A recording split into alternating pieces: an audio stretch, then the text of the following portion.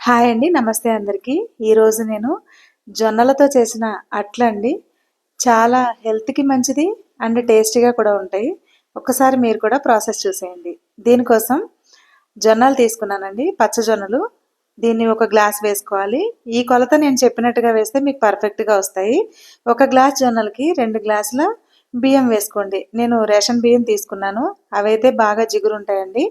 అర గ్లాసు మినపప్పు వేసుకోండి.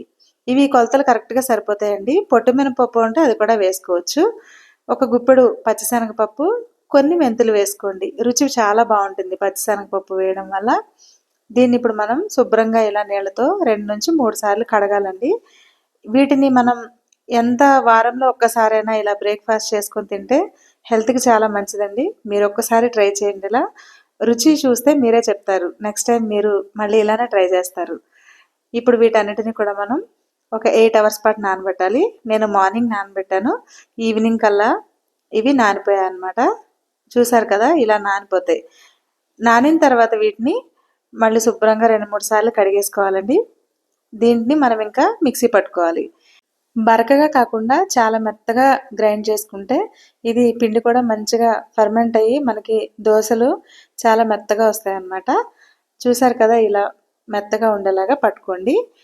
గ్రైండర్ ఉంటే గ్రైండర్‌లో కూడా పడితే బానే ఉంటుందండి. నేను మిక్సీలో వేశాను.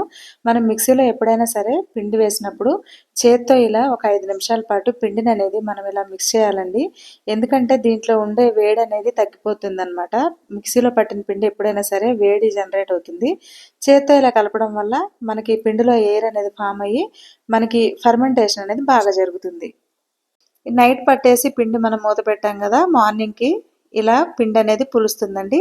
దీన్ని ఇప్పుడు మనం అట్లు వేసుకోవడమే. మీ ఇష్టం అండి. అట్లు కావాలంటే అట్లు, గుంత పొంగనాల్లా కూడా వేసుకోవచ్చు దీన్ని.